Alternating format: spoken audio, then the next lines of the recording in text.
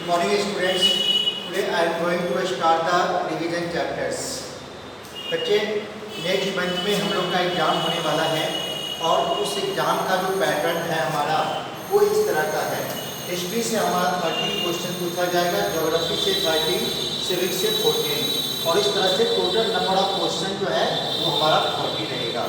तो बच्चों आज की क्लास में हम लोग सिविक्स का जो भी हमने पढ़ा अब तक में यूट्यूब के माध्यम से या ऑनलाइन के माध्यम से मैं एक बार फिर से उसको रिकैप कर देता हूँ। तो बच्चे जो सिविक्स का हमारा चैप्टर है उसमें से पहला चैप्टर हमारा द इंडियन कॉन्स्टिट्यूशन है, द फंडामेंटल राइट्स है एंड फंडामेंटल ड्यूटीज है, पार्लियामेंट्री गवर्नमेंट है और जुडिशियरी है। ये चारों चैप्टर को आज हम लोग डिस्कस करेंगे। तो सबसे पहले हमारा जो चैप्टर है वो द इंडियन कॉन्स्टिट्यूशन यानी हमारा अपना संविधान के बारे में। तो बच्चे हम लोग पहले भी पढ़ चुके हैं कि हमारा देश आज़ाद हुआ 15 अगस्त 1947 को। तो 47, 48, 49, 50 बच्चे हम लोगों ने महसूस किया कि हमारा मुल्क है, हमारा देश है, हमारा देश आज़ाद हुआ तो अपने देश का एक कॉन्स्टिट्यूएंसी होना चाहिए और इसके लिए हम सभी लोग आपस में बैठ करके ये डिसाइड किए कि भाई हमारा अपना एक कॉन्स्टिट्यूएंसी होना चाहिए। और उस समय का जो भी लीडर थे, चाहे नेहरू जी हुए, चाहे मोतीलाल नेहरू हुए, चाहे वल्लभ भाई पटेल हो गए या जो भी लीडर थे, कोई भी लीडर इस काम को करने के लिए तैयार नहीं हुए। फाइनली हमारे देश के first law minister doctor Bhimrao Ambedkar वे तैयार हुए कि मैं अपने देश का कॉन्स्टिट्यूएंसी को तैयार करूंगा। और बच्चे भीमराव अंबेडकर को आर्किटेक्चर ऑफ कॉन्स्टिट्यूशन के नाम से भी जाना जाता है। और जैसा कि हम लोग प्रीवियस क्लास में यानी 6 में हम लोग भीमराव अंबेडकर के बारे में पढ़े थे। बच्चे वो लोअर कास्ट से बिलोंग करते थे।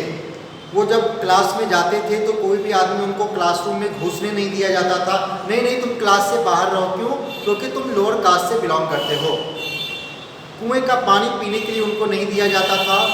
ट्रांसपोर्टेशन बैलगाड़ी होता था तो बैलगाड़ी पे चढ़ने नहीं दिया जाता था। यानी तरह तरह का यातना कष्ट उनको झेलना पड़ा। सोचो बच्चे जरा कितना मतलब बैड लक हुआ होगा कि उनके साथ इस तरह का ट्रीट किया गया और वो हमारे देश का आगे चल करके लॉ मिनिस्टर बने और कॉन्स्टिट्यूएंसी तैयार हुए। खैर तो हमारा कॉन्स्टिट्यूएंसी को तैयार करने में लगभग 2 इयर्स 11 मंथ और 18 डेज लगा। इतने समय वो हमारे देश का कॉन्स्टिट्यूशन तैयार किए। फाइनली जो है 24 जनवरी 1950 को इस पर किंतु परंतु हुआ, डिबेट्स हुआ, बहस हुआ और 26 जनवरी 1950 को हमारे देश का कॉन्स्टिट्यूएंसी लागू किया गया, जिसको हर साल हम लोग अपने घरों में, स्कूल में, कॉलेज में रिपब्लिक डे के रूप में सेलिब्रेट करते हैं। और इसी दिन बच्चे डॉक्टर राजेंद्र प्रसाद को हमारे देश का फर्स्ट प्रेसिडेंट उनको अपॉइंटेड किया गया था। तो ये हम लोग कॉन्स्टिट्यूशन के बारे में हम लोग पढ़े। उसके बाद उनके द्वारा बनाए गए कॉन्स्टिट्यूएंसी को आज तक हम लोग फॉलो कर रहे हैं। और बच्चे कॉन्स्टिट्यूशन में हमारा जो है नेक्स्ट चैप्टर का फंडामेंटल राइट्स और फंडामेंटल ड्यूटीज है, उन सभी चीज़ों की चर्चा किया गया है। तो बच्चे जो फंडामेंटल राइट्स जो दिया हुआ है तो वो कहीं ना कहीं हमारे लिए अच्छा है, सभी लोगों के लिए है।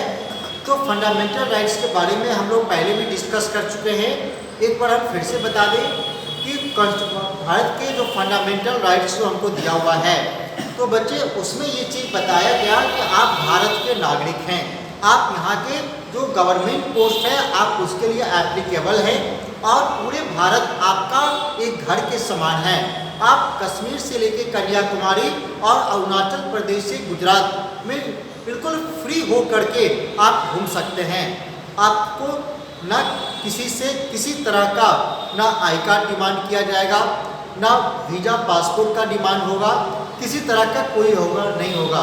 बशर्ते बच्चे जो हमारा घूमने का जो उद्देश्य है ये पॉजिटिवली होना चाहिए। हम कोई भी काम कर सकते हैं, किसी तरह का भी ऑक्यूपेशन कर सकते हैं, अपने विचार को व्यक्त कर सकते हैं, लेकिन इसका पॉजिटिवली होना चाहिए बच्चे। ये नहीं, ऐसा नहीं होना चाहिए हम गलत मकसद से, गलत व्यू से, निगेटिव पॉइंट ऑफ व्यू से कोई गलत काम कर रहे हैं, देश के खिलाफ साजिश कर रहे हैं, देश के खिलाफ कोई नेगेटिव वर्क जो है जाके काम करते हैं, तो उस केस में आपको ऑब्जेक्शन किया जा सकता है। और क्योंकि आप देश के खिलाफ काम कर रहे हैं, देश के खिलाफ आप धोखा दे रहे हैं, तो उस खिलाफ में आपके साथ जो है वो ऑब्जेक्शन किया जाएगा। तो बच्चे हम लोग चैप्टर 1 में कॉन्स्टिट्यूशन के बारे में पढ़े, चैप्टर 2 में हमारा फंडामेंटल राइट्स के बारे में हम लोग पढ़े। अब बच्चे वहाँ से आगे बढ़ते हैं। तीसरा चैप्टर जो है हमारा पार्लियामेंट्री फॉर्म ऑफ गवर्नमेंट। बच्चे हमारा देश जो है डेमोक्रेटिक कंट्री है, लोकतांत्रिक देश है। इसमें यहाँ की जो सरकारें होता है, चाहे वो स्टेट गवर्नमेंट की बात हो, चाहे सेंट्रल गवर्नमेंट की बात हो, वो हम लोग चूज करते हैं। हम लोग मतलब भारत के नागरिक चूज करते हैं। तो बच्चे जो सरकार जो चूज करते हैं तो क्या सोच के करते हैं कि मेरा जो प्रॉब्लम है वो एज इट इज रहे, वो बना रहे? नहीं, हम लोग ये सोच के नहीं करते। हम लोग ये सोच के करते हैं कि जो हमारा प्रॉब्लम है उसको हमारा जो लीडर होंगे, जो मंत्री होंगे, उस प्रॉब्लम को अपना प्रॉब्लम समझेंगे और अपना प्रॉब्लम को समझ के उसको सॉल्यूशन करेंगे। ये सोच करके हम लोग उसको वोट डालते हैं। ये सोच के नहीं डालते हैं कि चलो उसके एसी कमरा में वो बंद रहे, 5 साल के बाद वो दिखाई दे, जब मिलने के लिए जाएं तो वो हमसे ना मिले। ये सोच करके हम लोग वोट नहीं देते हैं। तो बच्चे नेक्स्ट मंथ में हमारे शहर में इलेक्शन है स्टेट गवर्नमेंट का। हम सभी लोग वोट डालेंगे, सभी लोग सरकार को चूज करेंगे। तो बच्चे वोट जो है हमेशा पढ़े लिखे आदमी को देना चाहिए, क्योंकि पढ़े लिखे आदमी शिक्षित होंगे, समझदार होंगे, वो सब चीज़ को पॉजिटिवली काम करेंगे। और बच्चे जब हम लोग सेंट्रल गवर्नमेंट की बात आता है तो वहाँ पे हमारा राज्यसभा और लोकसभा ये दोनों बच्चे एमपी कहलाते हैं। तो लोकसभा का जो एमपी होता है उसका हम लोग चूज करते हैं, चुनाव वोट डालते हैं, लेकिन राज्यसभा का हम लोग वोट नहीं डालते हैं। तो बच्चे हम लोग ऑनलाइन क्लास में लोकसभा और राज्यसभा के बारे में हमने पढ़ा था। उसके बाद बच्चे नेक्स्ट चैप्टर में हमारा आता है जुडिशियरी। बच्चे ये बहुत इंपॉर्टेंट चैप्टर है। ऐसे तो हमारा देश और हम लोग शांति प्रिय हैं, आए दिन किसी बात को लेकर के तू मैं होता है और केस मुकदमा के चक्कर में हम लोग पड़ जाते हैं ना चाहते हुए भी। तो बच्चे हमारे देश में, जैसा कि मैंने प्रीवियस ऑनलाइन क्लास में बताया था कि हमारे देश में 3 तरह का कोर्ट होता है।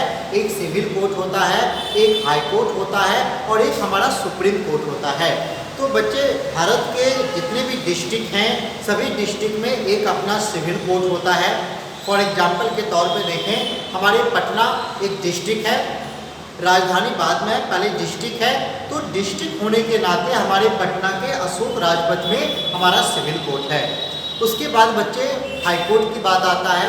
हर राज्य के राजधानी में, हर स्टेट के कैपिटल में हमारा एक हाई कोर्ट होता है। और फॉर एग्जाम्पल के तौर पे देखें, पटना हमारा बिहार का राजधानी है और राजधानी होने के नाते हमारे पटना के बेली रोड में आपका पटना हाई कोर्ट है। हम सभी लोग उस रास्ते से जब भी गुजरते हैं तो हाई कोर्ट को देखते हैं। तो बच्चे सिविल कोर्ट हर डिस्ट्रिक्ट में हमको मिलेगा, हाई कोर्ट जो है वो हर राज्य के राजधानी में मिलेगा। अब सवाल आता है सुप्रीम कोर्ट का।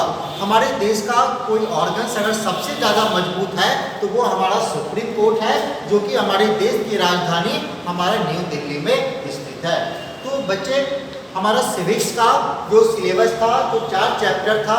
हमने चारों चैप्टर को यूट्यूब के माध्यम से, ऑनलाइन के माध्यम से पढ़ा। आज हमने एक रिवीजन कराया। आप सभी लोग जो भी मैंने बातें बताया सबको थॉरो वाइज उसके पढ़ेंगे और एग्जाम में आपसे क्वेश्चन पूछा जाएगा और आपको वहाँ पे जवाब देना पड़ेगा। बच्चे अगर इसमें कोई भी कन्फ्यूजन है तो हमारा फ्राइडे का ऑनलाइन क्लास होगा, आप उसमें हमसे पूछ सकते हैं। ओके बच्चे, गुड लक।